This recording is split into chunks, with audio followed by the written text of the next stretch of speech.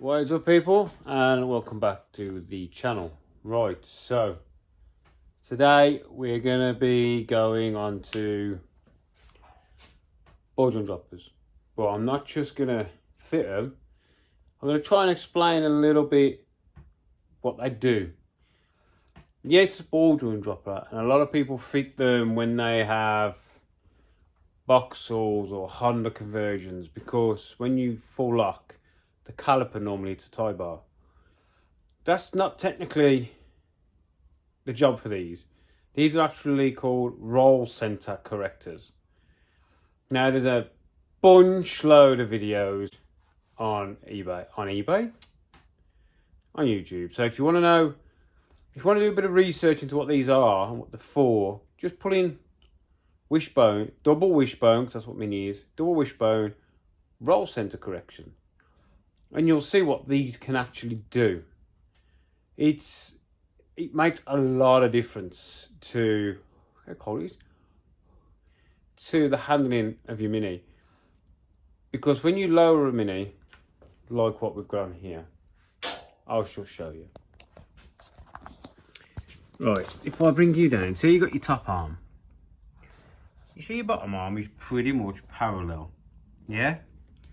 That's not what you want.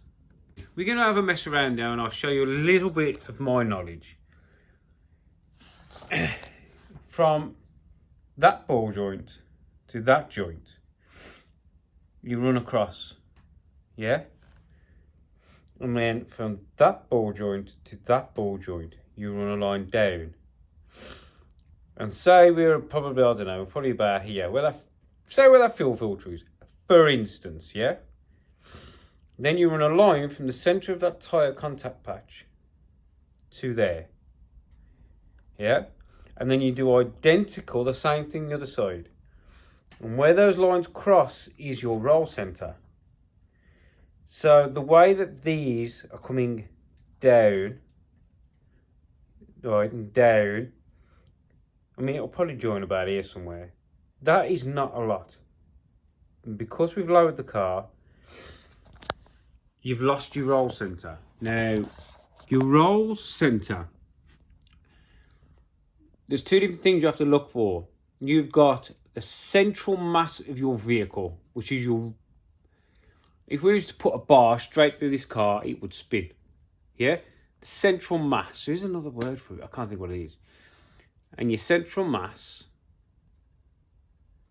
I can't think of what it's bloody called, balancing point kind of thing, and your roll center, you sort of want to get those quite close, because that point of that roll center, anything below that is what's stopping your car rolling. Anything above it is what's making it sway like a boat on the sea. But the more of the boat you put under the water, the better the balance. So the higher you bring your roll center, the more weight you've got underneath. It's like you know, when you chop your roof off and put a carbon roof on, because you want all the weight down low. But you want weight below your roll center. Not too much, because you can create lift. But what we're going to do is I'm going to try and show you. But go and watch videos on it. But what I'm going to do is, I think I'm going to take the fuel tank out so we can see the shocks, so we can work together on this. I'm not in the best frame of mind today. I've just had a mate pass away, so I'm a little bit mentally fragile, if you understand what I mean. And it's a bit rough. It's even rough for my mate, because it was his dad. But we've got to plod on, haven't we? We've got to plod on. Right, let's get this done. Right, here we go. Can you see how much that is weighing down? The zero preload on that spring. Now, coilover, any shock absorber, needs preload. It's what gives the shock its base setting, basically. The shock needs to be running in its correct position. See, this shock body is designed for that amount of travel with that size spring. So lowering your car on here is closing up your compression area. So your compression area here, that's too small. The shock is designed to be on preload, so when it's under its pressure, under the weight of the car, it's running in its correct height, right? So this is not how you lower a coilovered car. You buy the proper coilovers, where most of them now have got this adjuster here, and then the bottom section is also threaded, and that screws off. Well, screws up and down for your ride height. Now this is how you adjust the ride height on a Z car. It's this. You see how it's maxed out? It's basically as low as it goes. Well, if we wanted to get this car any lower, this arm would be coming up, where we want that arm going down. So then from that ball joint to that ball joint, it's pointing uphill. So we are raising the roll center of the car because it's following to its point where it meets, basically. So what we're going to do, to show how this works, I'm going to work you through with me. So we need a measurement, a ride height measurement. You can either take it from the sill step down, or from the top of there to there. Just that gap there will give you a ride height setting for both sides. So what I'm going to do is I'm going to measure from there, that nut to the bottom of there, both sides. Right, so we've got 3 inches this side, 3 1/4 this side.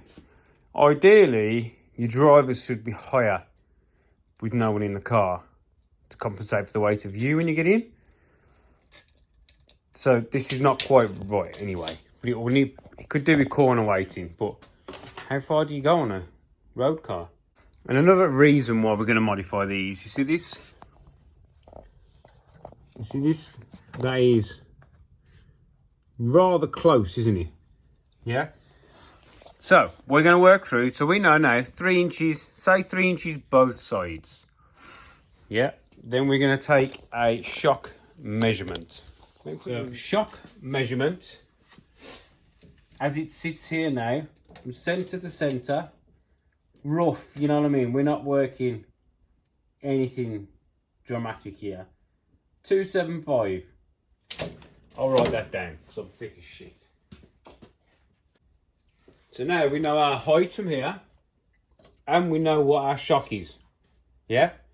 So, first of all, what we're going to do, we're going to jack the front up and put preload on these springs.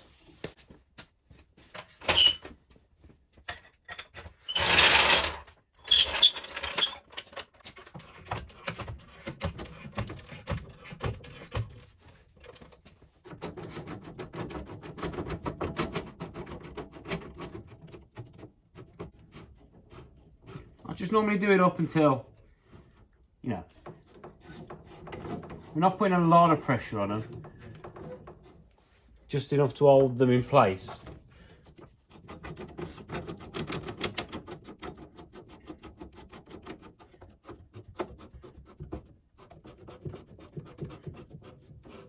Yeah, I'll give them a quick measure.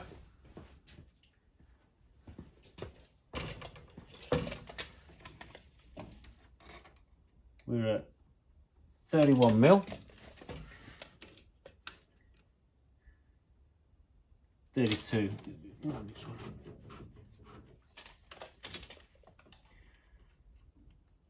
32. So now they are preloaded, right? Now what we're going to do, for shits and giggles, we're going to drop it back down.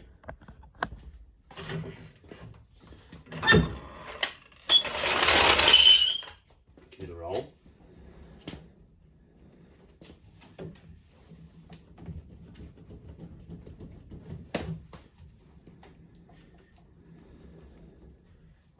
Now we're going to measure the ride height again. Let's see how much that's gone up by. So this one was 3 1/4, wasn't it? We are now just under 4 1/4. 2/8, 4 2/8. So we've gone up an inch. Yeah, an inch.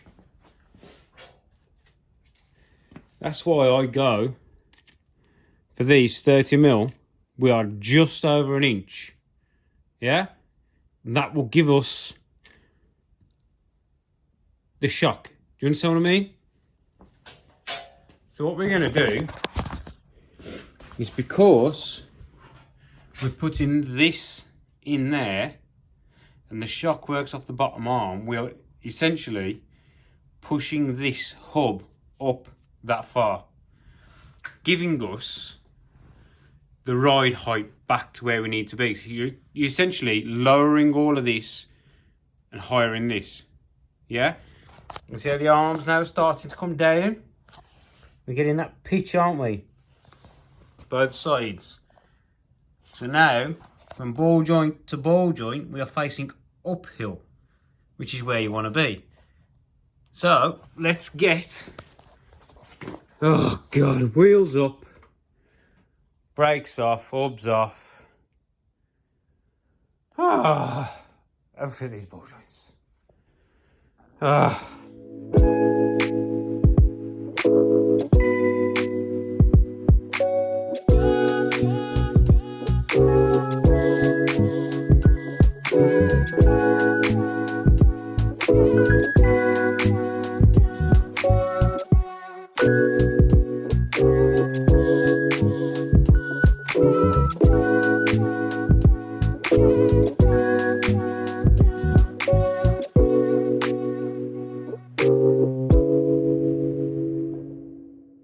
Right, kicking everything. Hubs are done, re-shimmed.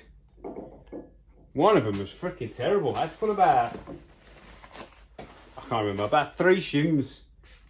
A big one and 2 scrawny things. I'm covered in shit. What I'm going to do is I'll put a link in the description to the video I did about ball joints, basically.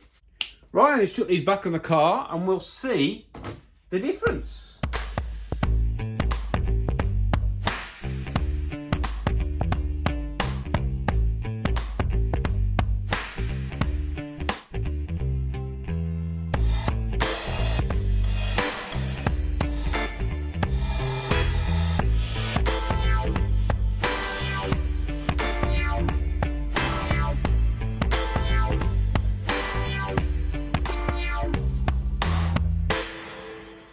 Right then, so she's back down on the floor.